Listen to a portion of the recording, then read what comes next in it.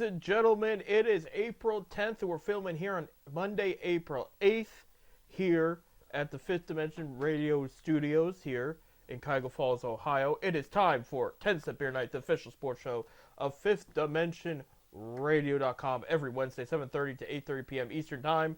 I'm Seth. I'm Bob. And no April Fool. You know, we had a lot of. You got me last week with that April I know. Fool. Hey, well, the Zips won a national championship.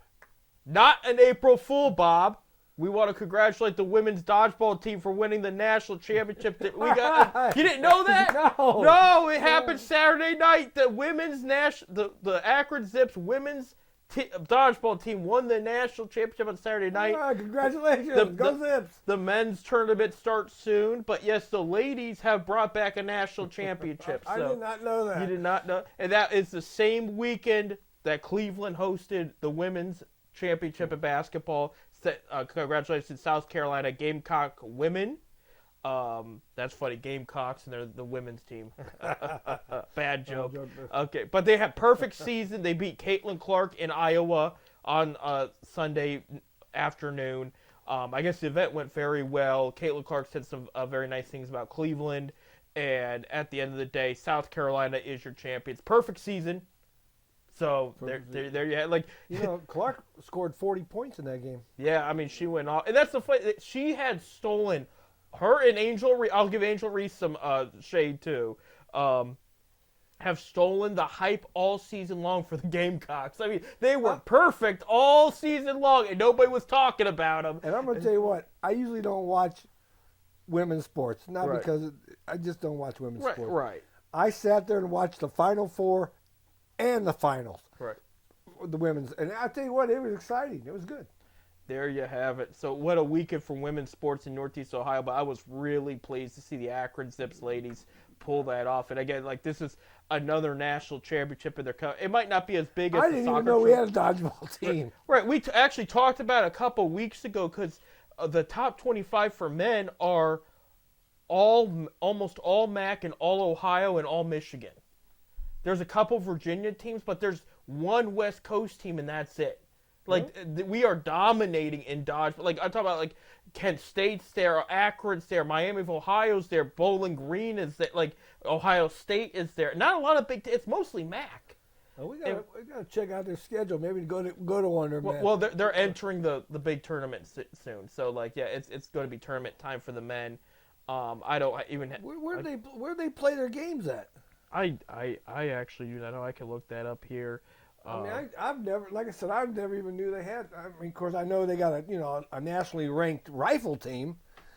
Right. Every year their rifle team's ranked, but I never knew they had a dodgeball team. Right. It looks like not everybody has a dodgeball team, but I mean, like, let me. I'll pull up the standings here. I didn't even know high schools did it. Yeah. Except for gym classes. I mean, we did it in gym classes when I was a kid. Right, let me see. Am I right, producer Bob? Yeah. Saturday the 13th.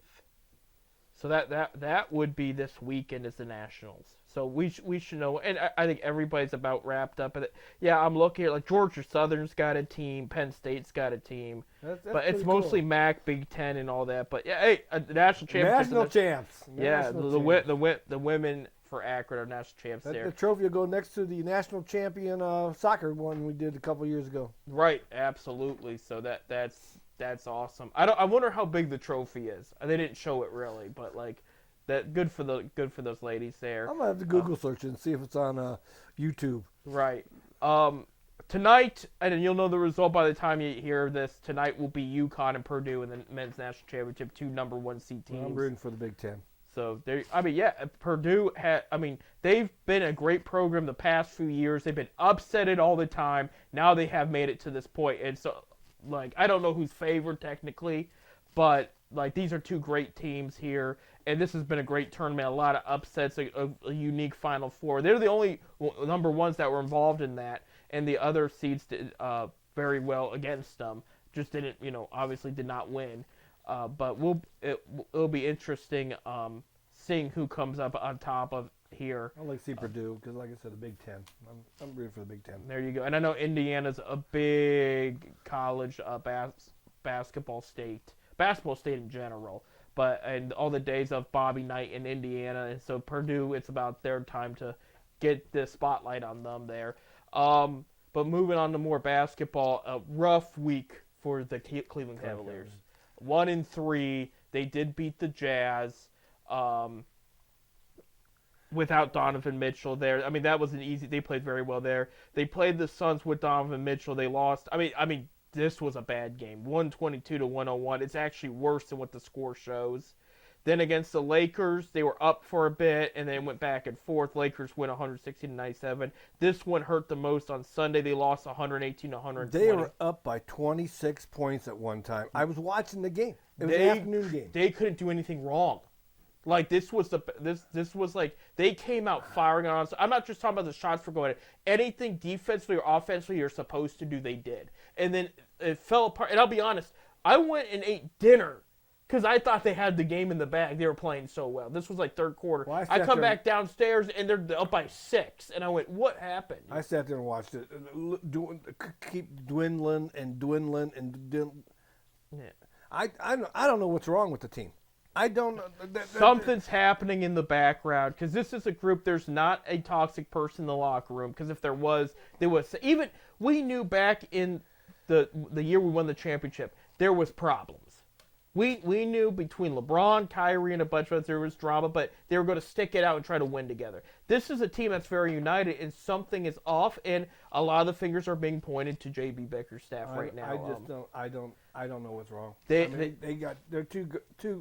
too talented. Too talented of a team to play like this. Yes, absolutely.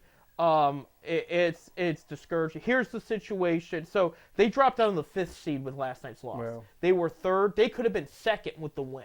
So 2nd's not out, but 2nd would have been more in play had they won. They are playing their last 3 games this week all at home. And so the first one's against the Grizzlies Wednesday night. If you're available, I think I invite you to that one. I have tickets to that one. When is it? Wednesday. Wednesday night? Yeah, I'll be available. I'll remind you, yeah. Remind me. Grizzlies, they should win that one. Grizzlies are banged up. Desmond Bane came back, and he played a few games, played very well, and now he's injured again. They're talking about shutting him down because Grizzlies are not going to the playoffs this year. They are too injury. It's a talented team that all the injuries piled up, and they're just chalking up as a loss. They'll get a lottery pick and build on that for next year. They'll be a good team next year. Healthy, health depending, I should say. But Desmond Bane will not be playing. This is a game that even if they didn't have Mitchell, they should win. Okay, because Mitchell's up and they're watching his knee, and it's getting weird. Friday scares me. This is the Pacers. This is a potential playoff matchup that they might have because it's up between a few teams here. But Pacers have had their number all year. You got to win. The last 3 games are must-win games. You got to win against the Pacers. And then Sunday is against the Hornets. The game a team they should beat. They beat up on them before, but they also lost last time to them. And that was they beat up on them, and then they gained Max Strus. They didn't have Mitchell, and then they lost. And so it's like, no, you have to win this game. So they realistically could go 3-0 this week, but I think they have to. Not even 2-1. Go 3-0. If you go 3-0, you're safe. Because here's the situation, Bob. Okay. We go by conference here. They dropped out of 5th. If it ended today, the New York Knicks would have home field advantage versus the Cleveland Cavaliers. I figured. There you go. We got to win 3 in a row. Right. And the Bucks now have clinched their playoff spot. They're a game and a half above Cleveland. And again, Cleveland probably would have been 2nd if they won last night. And so right now it's Celtics, so the 2nd, it's still in play because you have Bucks, Magic, Knicks, and Cavs are all for the 2nd seed right now. Even the Pacers are completely out. Pacers are the 6th seed. And then for play-in, you have 76ers, Heat, Bulls, and Hawks fighting for that.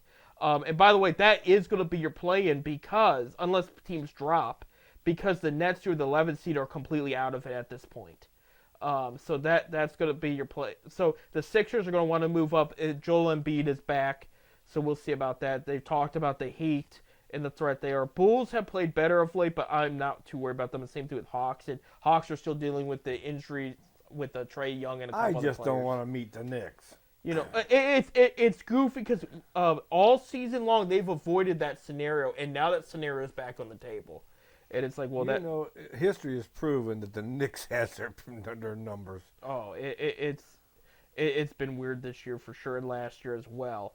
For the West, real quick, Timberwolves, Nuggets, and Thunder have clinched. Your fourth seed is the Clippers with 50 wins. They won their 50th last night against the Cavs. Then you have Mavericks and Suns. Then for play-in right now is Pelicans, Kings, Lakers, and Warriors. Could that change? No, because the 11th seed Rockets are 5 games back, and there's 3 games left for like about each team at this point. So believe it. So your playing game for the West is going to be absolutely crazy because those are 4 talented teams right there. And the fact that the Warriors climb back up to get to that position is pretty impressive. But so you basically know who's going to make the play, because this is what we'll say: the Cavs are in a position like they'll make the playoffs. They just can't lose. They cannot risk going into the play-in because that's not out of. That's not out of the question. Right. And they haven't been playing well. And going back to why aren't they playing well, you can talk about the injuries and whatnot. I did see this morning Bill Simmons. They had a lot of injuries at the beginning, and they played. They played great. Right. And Bill Simmons, my least favorite analyst in basketball, I can't stand him. He would say that 18-2 team stretch they went on, it was fraud. This is not the real team. If the guy did any of his research like he's supposed to, he would have saw that was the weakest part of their schedule, where they went 18-2 without consistently Mitchell. They had him in some, but they were without Garland and Mobley though that whole time. And a lot of people are questioning, is it the matchup? It's like, I did notice something, and this is why I kind of blame JB here, because the guy's got the talent, and then there was a lot of complaints against the Lakers. I guess he ran a 6-man rotation with Mitchell's knee in question. People were not happy about that. They said there should have been. And he was talking about in the beginning of the season having at least an 8 or 9-man rotation, and it worked when he did. Because it was about giving people enough rest. And then now he's pushing them to the threshold a little bit. And I get it. You're in crunch time, but you don't want people to be banged up going in the playoffs either, And I just don't know what's going on. The rotations. All I know is I really believe that if the Cavs get eliminated in the first round, right, there's going to be a change coming. There will be. Soon.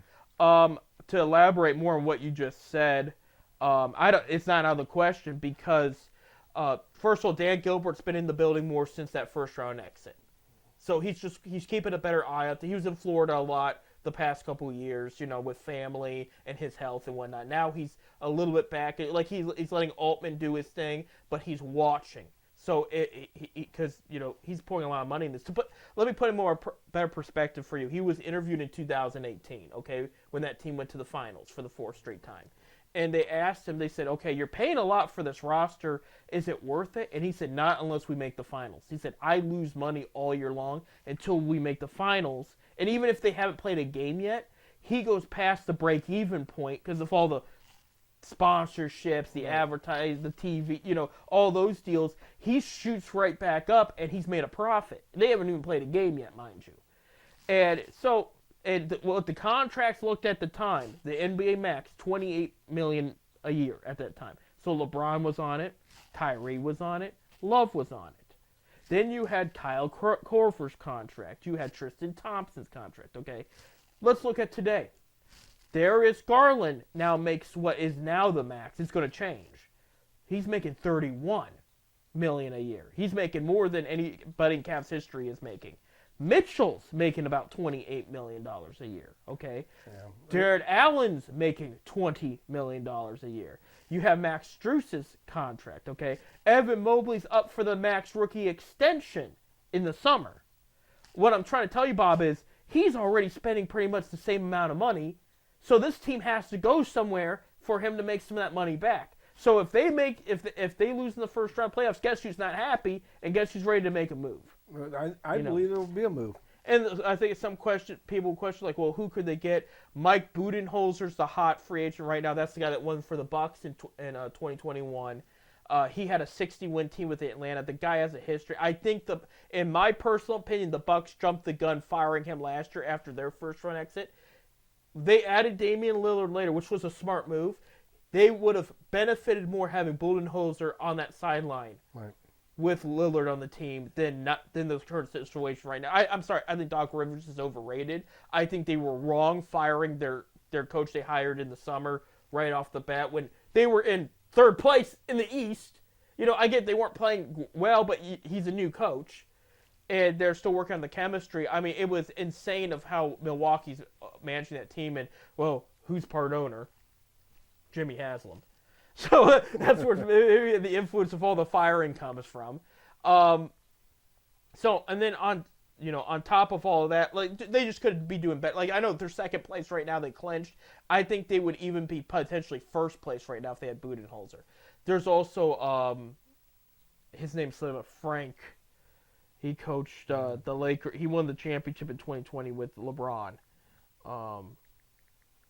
I mean, JB's done a good job, but there's something there. He just can't. I don't know. He ain't motivating the guys or something.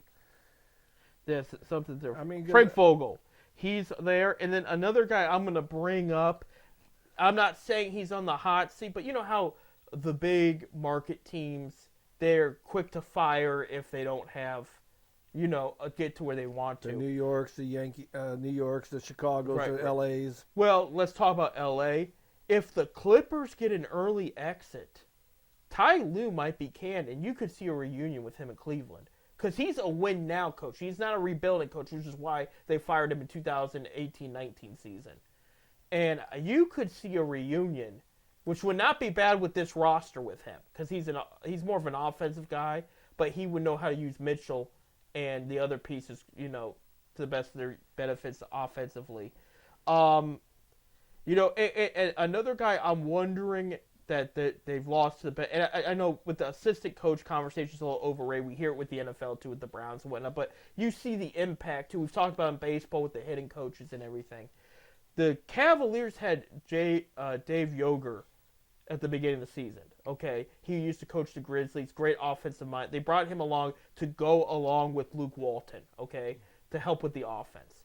Yoger left for the Bucks when Doc Rivers took over. Okay, so when that happened, you did see a little change in the offense because it's like, well, we don't even have that mastermind in the background anymore. Yeah.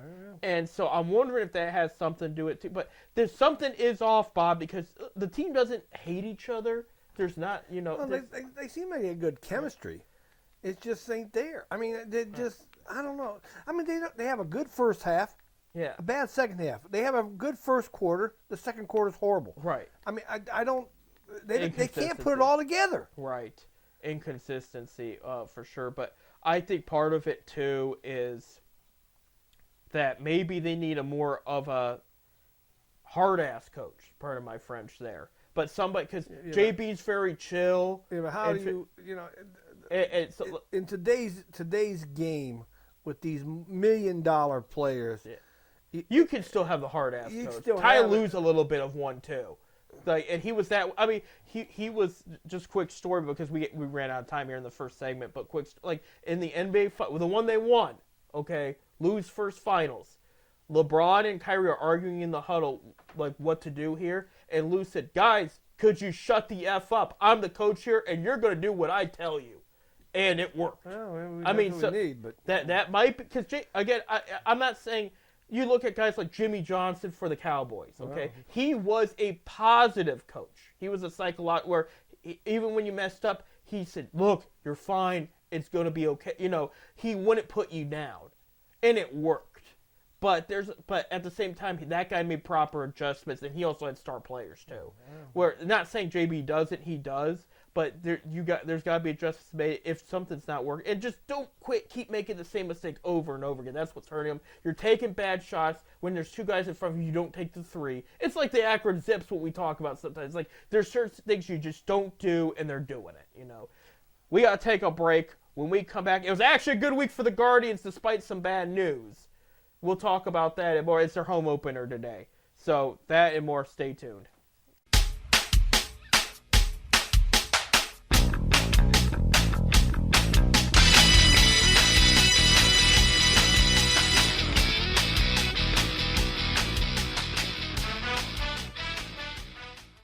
And we're back here at 10 Cent Beer Night. Excuse me. 10 Cent Beer Night. I'm Seth. I'm Bob. Here, Bob, I'm going to show you the eclipse. No, don't you? It's eclipse day God, here. that's a moon, That's a man. moon, Damn. That's the moon right there. I was pretending to moon Bob. But I do have for those that are listening on the radio and can't see it, I do have my Cavs fishing hat on. They gave away a game a couple years ago because we're fishing for a win here. Well, and the weather's beautiful. It's looking like we're going to have more beautiful weather in Ohio. Maybe a lot of rain this week, but it's going up to 70 today. 70 tomorrow and the high 60s on Wednesday. Yeah. But rain. Right. Yeah, we're going to get a lot of rain this week, but we're supposed to average 60s for a while, so I think we're getting that golf weather back, Bob. We're getting that normal baseball. We're supposed to be golfing on Tuesday. There you go. There you go. So it's already started, but yeah, this is the best time of the year when baseball comes back. We're seeing the end of we're seeing the basketball playoff stretch in the pros, Pelicans tonight. But this is where the weather gets better and everything just is better. It's just everybody gets a little perkier, and the dark, cold days of Ohio will silence for a while,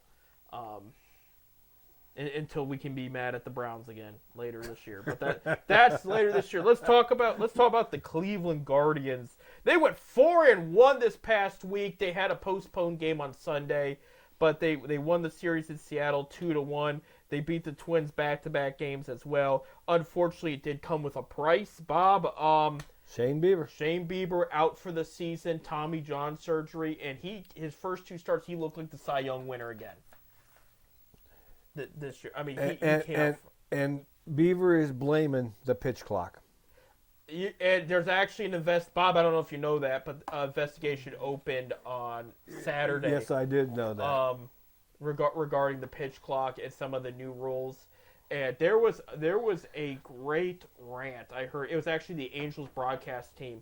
When you're broadcasting a sport, you're not supposed to put the league or officiating down, but when you get enough frustration, sometimes it comes out. Right. And the Angels had a game, and these guys are going off on the state of MLB, right? And they were exactly right. I'm not saying anything against what they said. Basically saying, like, you have all these injuries, you have all these new rules that are not working, and then they kind of spit on Ohtani a bit. They said your global star player is in a gambling scheme. They're still a little irritated about him leaving Anaheim there, which I get. Don't get me wrong. So if I buy a lottery ticket, I'm in a gambling scheme with the lottery tickets illegal. Right.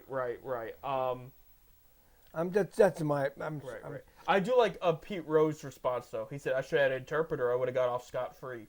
I like that. Yeah, but he should be in the Hall of Fame. We've already talked about that several times. Definitely. But yeah, Bob. No, I'm glad you brought that up because we had warned these guys before this happened of the. We talked about this. We've talked about it for well over a year. I mean, you had 3 big names go down at the same time, and Beaver went down. Yeah. And Spencer Strider being one of the bigger names there for the Braves. I mean, he was supposed to be the NL Cy Young winner predicted. I mean, the guy's got some of the nastiest stuff on the mound in the game today. Now, if these guys are going down like that, and they're forcing them to do the shot clock, it shows you the shot clock's a problem. Right. Pitch clock. Pitch clock, yeah. It needs shot, but it's besides the point there. This has been one of the worst ideas in sports history.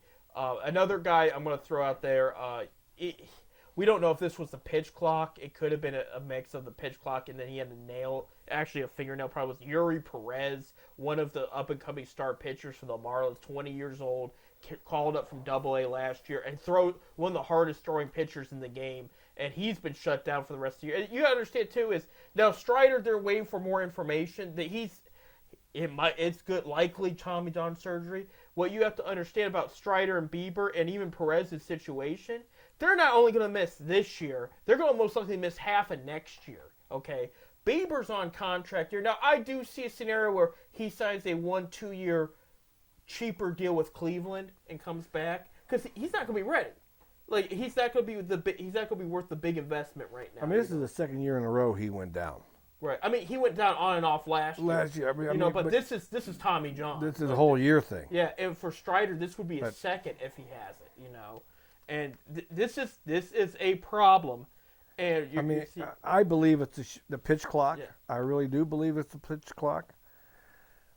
These guys, they're forcing them to throw sooner than what they're ready. and they're throwing hard, mind you. Yeah. So, but then again, MLB comes up with, well, they did a survey from Johns Hopkins University, and an analyst for Johns Hopkins University. He says he sees no evidence of the pitch clock interfering with these pitchers. How much do you get paid?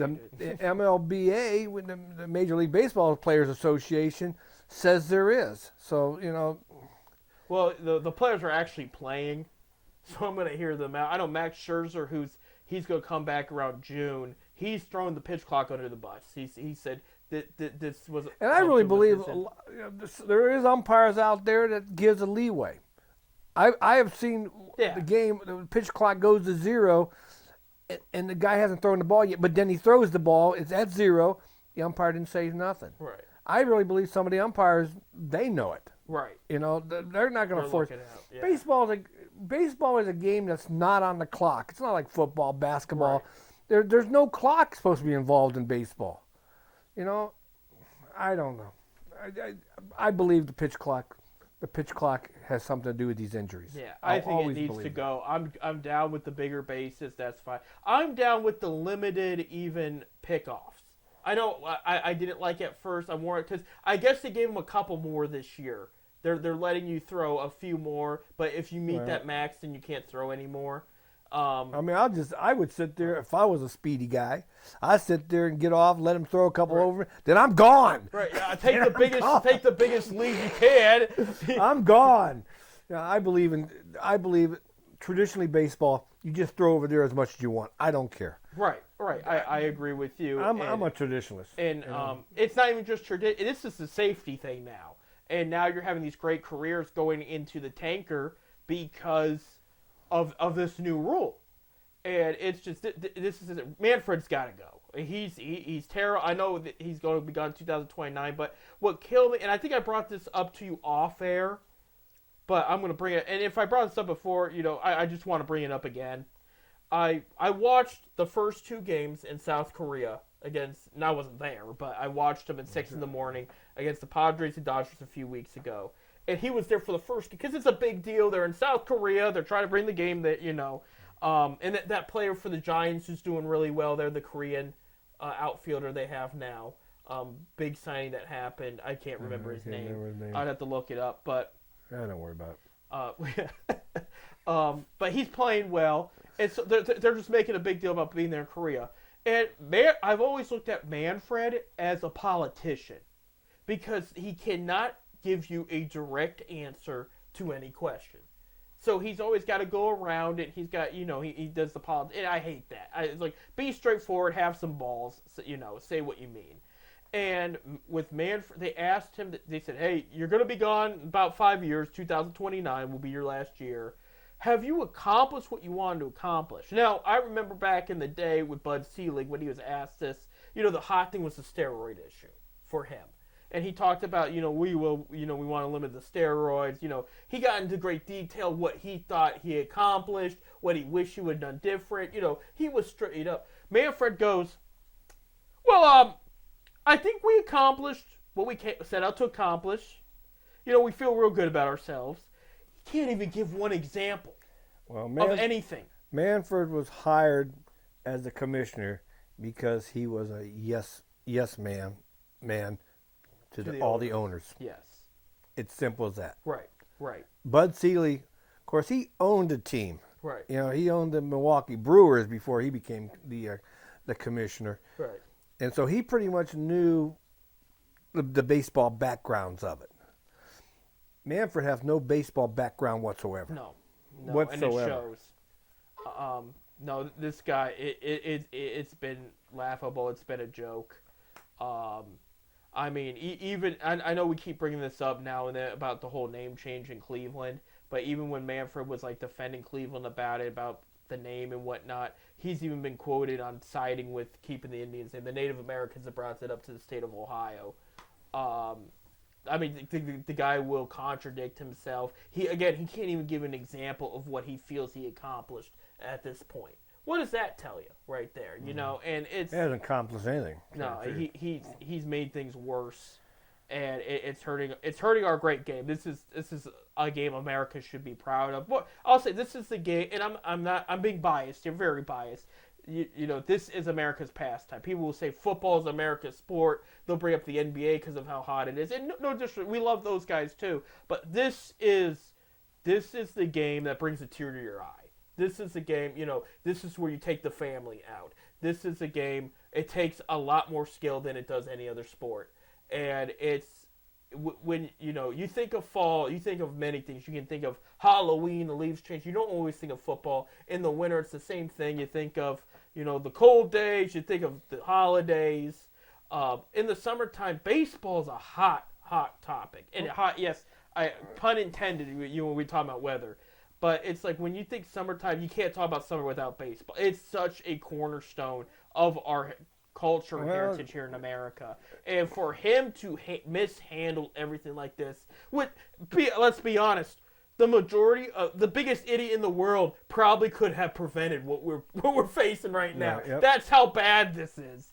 So yeah, I'm just venting here on 10 Cent Beer Night because I want a 10 Cent Beer Night against Rob Manfred. I want to chug some beer and I want to go, hey buddy, you come over here. I got some words for you. And then he has to get baseball bats to defend himself like the Texas Rangers did in 10. Well, I shouldn't encourage a 10 Cent Beer Night, but have a safe opener tonight, Cleveland.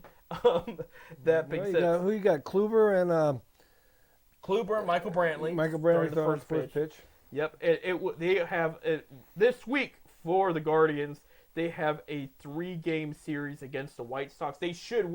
White Sox are down their best player already, so they're just awful. They have one pitcher that's doing well, and that's it. They should sweep them. I'll be honest. The way the Guards have been playing, I'm like, they should sweep this team. The real test is this weekend, Friday to Sunday. They have Thursday off. They will play the New York Yankees. MLB Network. The Spankies. MLB Network has picked up some games. I expect CC Sabathia to be a part of those one of those MLB Network games. He usually jumps on sometimes, especially when his former team's playing. He's got Cleveland and New York playing, who he had great careers with right there. Yeah, and the Yankees are playing well of late too. So, but our first place Guardians. Yep, there you go. First place Guardians. Real quick, let's talk about the standings real quick. In the two early standings, we're entering the third week of. And you know, it was the first really full week. Yes, it was, wasn't it? In the East, the Yankees are 8-2 and on first. Red Sox are 7-3. Orioles 5-4. Excuse me. Rays are 5-5, and Blue Jays are 4-6. Blue Jays got no hit this last week against the Astros, and they're having a hard time hitting the baseball. A bad start to the Blue Jays. Rays, so we expected that with all the injuries on both sides of the ball. Red Sox have surprised me the most out of this group here to start off. In the Central, Guardians 7-2. That surprised me more than anybody else. Tigers 6-3. Royals 6-4. Twins 3-4. White Sox 1-8. There on the West Coast, the defending champion Texas Rangers 6-3. Angels 5-4. Seattle 4-6, Astros 3-7, along with the A's who are 3-7. A's officially the next 2 seasons will be playing in Sacramento after this year. Yeah, I did see that. That is official, and I guess they're going to wear official. No city is going to be placed on the jerseys for the next couple years. So you can't call them the Sacramento A's. I guess you could because they're technically there, but they're not going to. They're playing in a 35,000 seat stadium. It's the minor league team where the minor league team plays in Sacramento. It's going to be so weird. I feel so bad for A's fans. Like this is getting bad. And that was brought with the Angels rant. They brought that up too about like how terrible the ownership is in Oakland. Nobody will say anything.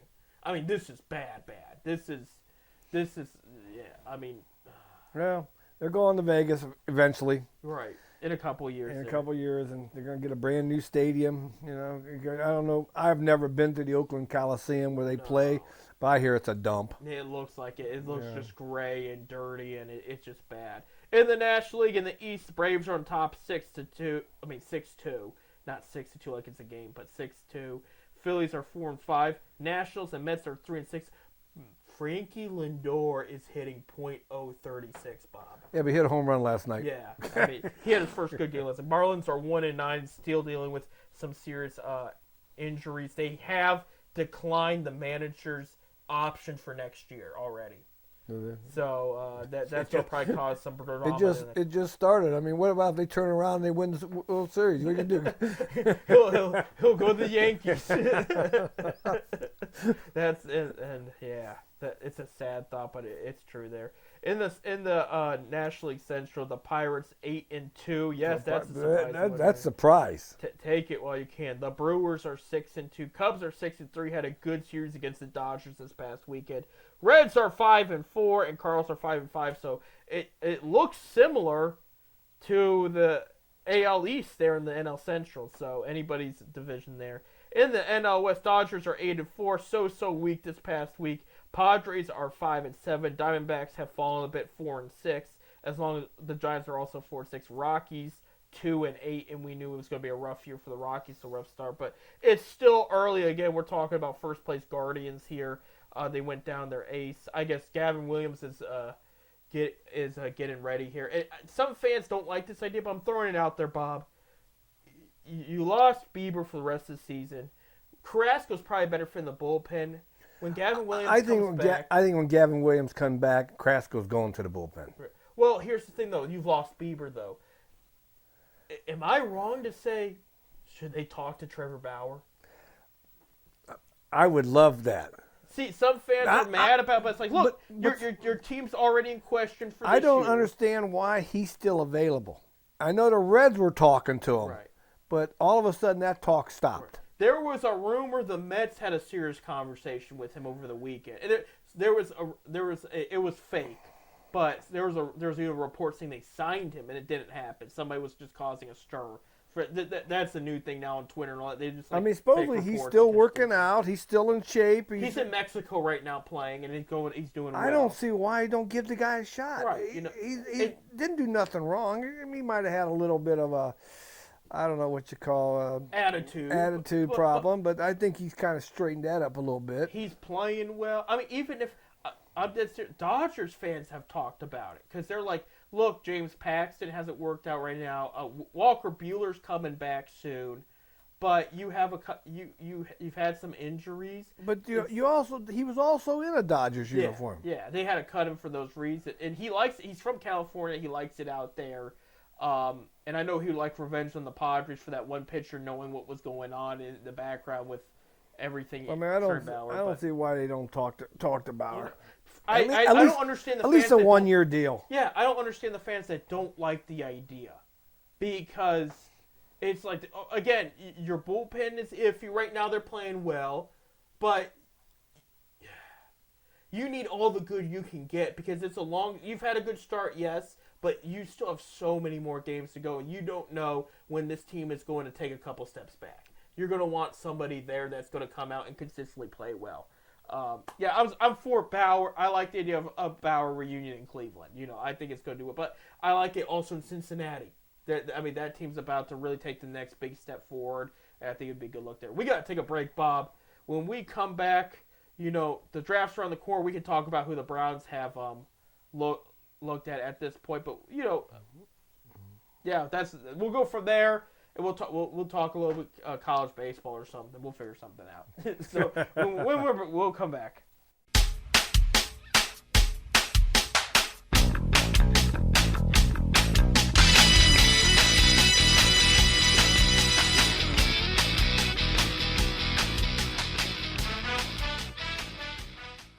Welcome back to our last segment here on 10 Cent Beer Night. Thank you for being here, Bob. Well, I'm glad to be here. Thank you, Producer Bob, for all you do. There you go. I was just reading while we were on break here. It was brought up in February. Do you remember Brian Windhorst? Yep, writer for the Beacon Journal. Yeah. They were talking to him. This was a report that was in February. I didn't know about this. About February 12th, they were talking to him about the Cavaliers. Because at the time, the Cavs were playing pretty well. They were feeling good and whatnot. And they were talking to him basically about if any head coach changes could happen in the NBA. And he told them, guys, he had a legit source with the Cavaliers that said earlier in the season, do you remember that their slow start? They said had he done a couple more games worse, they said they would have pulled the plug on him. So he's been on the hot seat pretty much all year, even when it was good. You know, they're gonna make the playoffs. If they get swept in the first round or whatever, right? He's gone. I'm trying to debate too, and I like the guy. Yeah, I like his reaction with the team and everything, and what he's built to this point. And that's like this guy is far from the worst coach the Cavs have had. This guy's done actually a very good job. It's just that when you get traded for a player like Donovan Mitchell, and you win 50-some games like you did last year. And that's the thing is they're going to barely win 50. They have to, I think, win 2 this week to win 50 this year. There's more expected out of you, you know. And, you know, last year they didn't get swept if you were, they did win 1 game in the playoffs. But, I mean, they did not look like themselves in that playoffs. And that falls on you as a coach and getting them prepared. And they went out and had a good offseason. They did get better. At the end of the day, if things aren't getting done, there's got to be a move that's going to be made. You looked at, I know it's a different level, but you look at the Ohio State Buckeyes. You know, they had a good coach in Holtzman there, who's now going to be with DePaul. They make a change and things got better. Diebler had recognized changes and adjustments that needed to be made to make that team successful, and they looked a lot better under him than they did. I mean, if Purdue wins the championship tonight, remember Diebler's first one was against Purdue. So it's kind of a big deal there. So we'll see. There's still time. I mean, they could turn. There is the positive side. They could go 3-0 this week and win the first 2 rounds. That's not out of the question. It's really, but they need to see it, and we just need to see it. They just need to get it together, figure it out, and everybody needs to just play smart basketball. That's all it comes down to.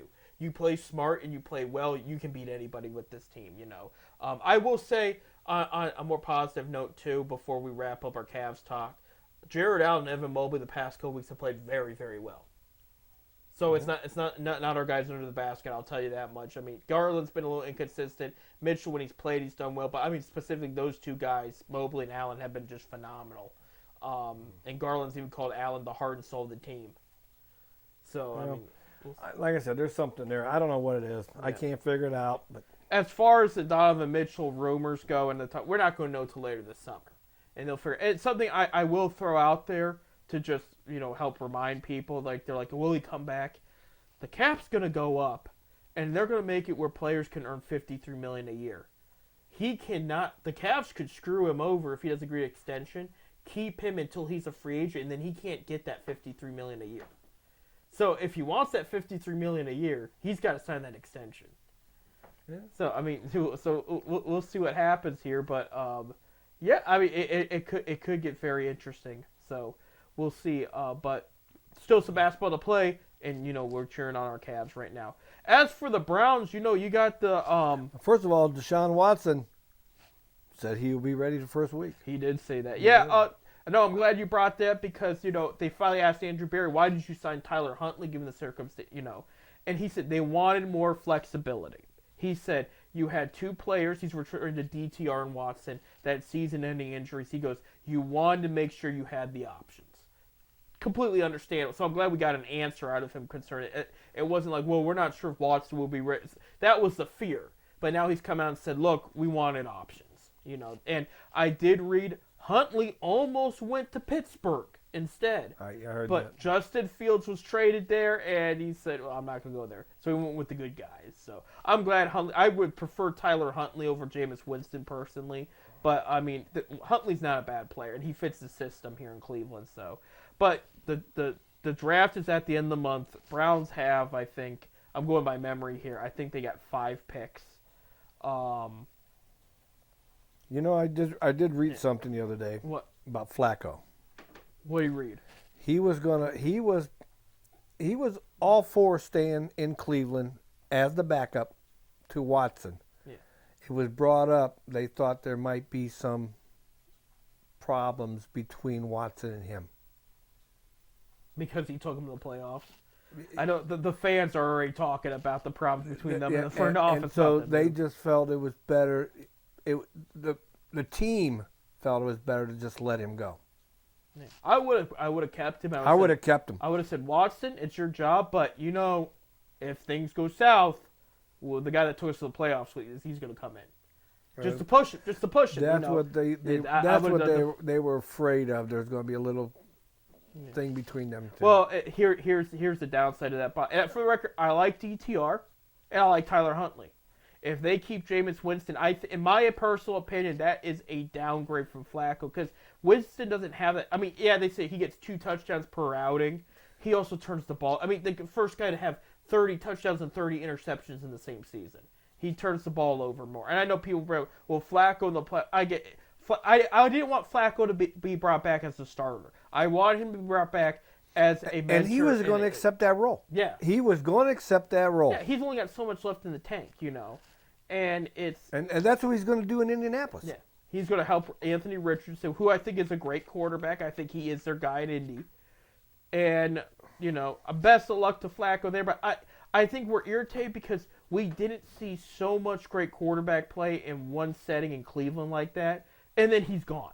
He wins comeback player of the year, and it's like, goodbye. And it's like... I just think Cleveland made a mistake. That's personally my opinion. Well, if Watson can come back and make things just as good, if not better, then we'll have that conversation. Because then it's like, okay, at the end of the day, it worked. But this is I've said this before, I'll say it again. This is a critical year coming up for the Browns, for Deshaun Watson, and for Baker Mayfield. I'll throw Baker in the mix there because the debate will always be, should they have kept Baker? And Baker has to take the Buccaneers back to the playoffs to show his worth, to prove his worth. I think he will. I think he could too. His only threat's Atlanta, who really improved this offseason. Even if making the playoffs, he probably still go as a wild card team. Right. As long as he makes the playoffs, and if he can win another game, and I believe they can do it. Yeah. But again, he has to do that because he can't be inconsistent like that, or it really hurt the debate on his end. I'm cheering for whatever works for the Browns, but this is going to be critical. And Bob, it's a tough year too. Fans were complaining about the price rising in tickets at home games. I don't know if you heard that. I mean, they went up. I think they went up 30%. About 95. Well, you got a $240 million contract you got to pay for. Well, not just that. Here's the other way I view it too, and I don't like it, but this is from a business standpoint. Who do you have coming at home this year? Cowboys, Chiefs, Dolphins. Obviously your division teams. This is the most loaded home schedule they've had. I mean, I think the Eagles are away. There's Giants are going to be at home. There's a lot of New York Giants fans here in Northeast Ohio. You got to sell. You got a schedule that's going to sell. So you're going to raise the price because they're going to pay it. They've even told, I know somebody that talked to the office and said people aren't happy about it. And they said, well, if they want to drop out, they can wait a while because we have a whole line of people waiting to buy these tickets. So they're beating their chests now about the interest in Cleveland Browns home tickets there. But so what about the draft? Coming up, I know they had a running back visit. Trey Benson from Florida State, one of the top running backs in the draft. And this is not a big running back class this year. So any running back that gets a decent look, that's a big deal there. Cleveland's looking at him as probably the heir to Nick Chubb. They've talked to it. Like, again, they're just talking. They're showing what kind of guys they're looking at right now. I know there was a wide receiver from Kentucky they were looking at. And again, we'll look a little bit more at this as the weeks go because it's the end of April. It's the draft. But Benson had an interview this past weekend. Well, you got the NFL draft and the NBA draft, don't you? NBA's in June. June? Yeah. WNBA. Yeah, because Caitlin Clark, she's expected to go first to the Indiana Fever. That's right. I knew it was one of them. Right. And I learned something. I think the WNBA draft is one round, if I'm correct. Maybe there might be a second, but all the mock drafts I read only had one round. I have been checking periodically about the NBA because I'm curious if Freeman's getting any look. He's really not. It's tough because I like to do, and we want to see him, and we would love to see him in wine and gold too, which is possible. The issue is, Freeman, he played very well, but he was a 6'4" power forward. That's an average point guard height in the NBA. That's a small forward shooting guard height. I see him going to the G League. Right. I really do But see him. I do see a scenario where he gets undrafted, but Cleveland hits him up right away and brings him because he's a Cleveland kid. They have they could put him in the summer league and see what he does. But as far as the draft, of course, news came out this past weekend. Since the USC coach left for the SMU job, that Bronny James is going to transfer out of USC. Well, we knew that. And, of course, a lot of people saying Duquesne. Yeah, because of Drew Joyce. Because of Drew Joyce, good friends of Bronny's dad, LeBron. Yeah, former teammates But here in Akron. Vegas got him going to Ohio State. Right, they think Ohio State's favored there. Duke's been labeled as like the third one. Interesting enough, Kentucky's been out of the conversation, and maybe it's the struggles over there. It's been not as a sexy option for it. Because it used to be back in the day, LeBron was all about Calipari, Kentucky. Calipari almost was president of operations and head coach for the Cavaliers because LeBron was in. If you remember, they had a conversation. There was an interview. And thankfully, that did not. I don't think that would have worked out in the long term. And same thing even with Izzo. If you remember, before LeBron took his talents to South Beach, Izzo talked to the Cavaliers about being head coach at the time. And he had a message for LeBron. He said, "I'm going back home. I think you should do the same." And he didn't, but he eventually did. But that's a whole other story. But as far as the Bronny James to go, we wish him the best. But it sounds like it's between Ohio State, Duke, and Duquesne for that one there. But we didn't really properly. I know. I was reading a lot of the comments on the Ohio State page about him going to Ohio State. A lot of the fans don't want to see it. They don't want the distraction that LeBron's going to put into the program. I see it both ways. See, I personally, I'll say it. I read a lot of bad comments about that. I know he had an off year, but he only averaged 4 points, 19 minutes. About 5 points. Yeah. No, 4.8 is what it was. Right. I'm going to say I would love to see him in Akron. I know it's a reach. I know it's not as big of a program, but he would pack the place. He would play every game. Right. And there would be because there wasn't sold out crowds at USC. Nobody cares enough down in South. It's South. Like look at, for example, the Miami Heat, who are playing well. Okay, I know it's different between well, there's a similarity there between Southern Florida and Southern California. There's so much other things to do. Miami Heat's not selling tickets well, and they're a good team. But you go if Bronny came to Akron, all the season tickets would be sold out. You know that, You know why? Because most people are going to say, well, LeBron will be in the stands somewhere during eventually some of the games. Yeah. But and I think I do think he would be comfortable here. Again, it's not sexy. But it's a familiar. He's not his dad. No, he's not. He'll never be his dad. And there's a lot of they're saying his brother might even be better than LeBron. His brother's built like LeBron. He doesn't play like LeBron, but he's a traditional power forward. He rebounds well. He has great under the basket presence on the offensive end. Bryce is not bad at all. But he's not a top high school prospect either. They're saying he's a good addition. He's not going to be in their top 25 or your top 50 even. Well, I'll be honest with you. I mean, I've seen Bronny play one game down at UCLA or USC or whatever on television. Right. Okay. I never seen him play high school. I never seen him play whatever. I just don't see. He's not LeBron. Right. I mean, he's not. In Bronny's defense. I mean, I seen LeBron in high school. I worked those games with security there. He was a man against the boys. He was. They show those highlights all the time. I mean, nobody could stop him. It was disgusting. But we're seeing that theme with a lot of players' sons. Rodman's son, who I think I forget if he's at USC or not. He's not like Dennis either. Okay. Scottie Pippen Jr., he's getting a lot of playing time at Grit. If you go to the game to me Wednesday, he's going to play. He's been playing well. He's not like his dad, not nearly, but he's playing well, Chris Henderson played for the Cavs. His son, Chris Jr., played for the Cavs in the Summer League. Got some playing time, not a ton. Who was that good player for the Cavs they traded in the 90s? Ron Harper. Ron Harper. Harper's son, nothing like him either. The only good son that's playing really well right now, consistently, not like really like star quality, but Kenyon Martin Jr. is pretty solid. He's similar to his dad on the basket. He gets you good round. Larry Nance is senior. Larry Nance Jr. and Pete Nance they're okay. They're nothing like their dad. You know, the ones they're talking about that are expected to be better than their dad. The top the number 1 in the nation, number 4 in the nation, are the Boozer twins.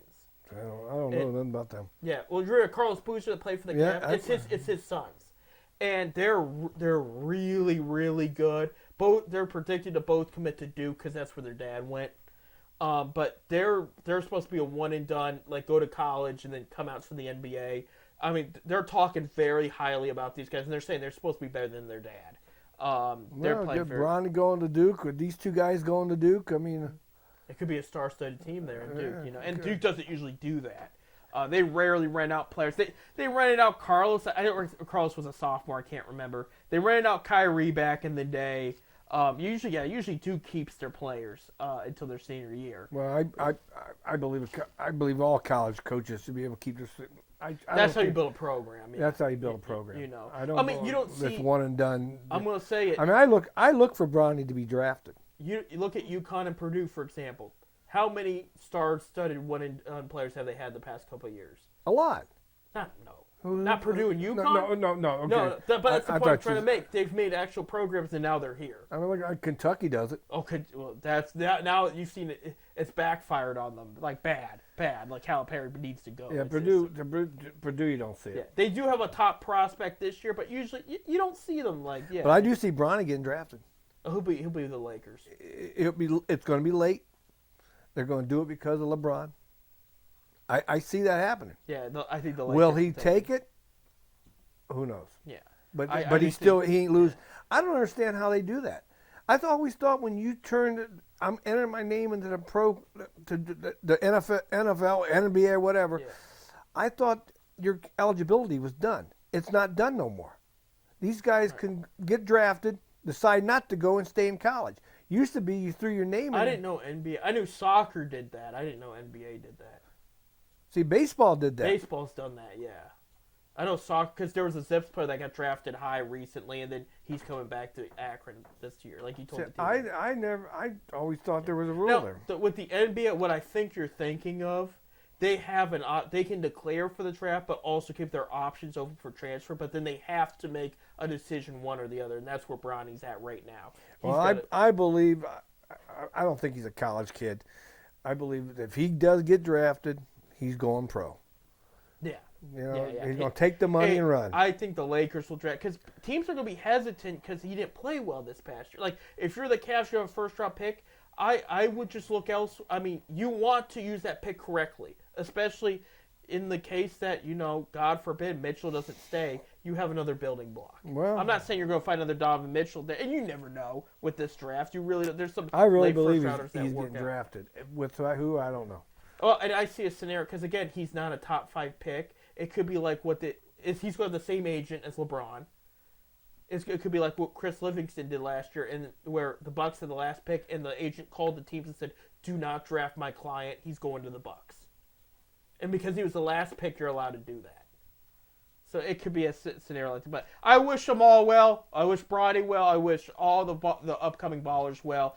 Tonight, by the time you hear this, you'll already know the result. But tonight is UConn versus Purdue. But go Purdue. We have to wrap it up there. Thank you guys for listening, tuning in, watching YouTube, however you did it. Thank you, and thank you, Bob. Seriously, critical week for the Cavaliers. So I'm going to say go Cavs. But a shout out once again to the ladies Akron Zips dodgeball team for winning the national championship. That is awesome. That's great. That's awesome. Go Zips. Go Cavs. Any shout-outs from you? Nah. He said he's good. Nah. Be safe. Go to a baseball game. We'll see you next time.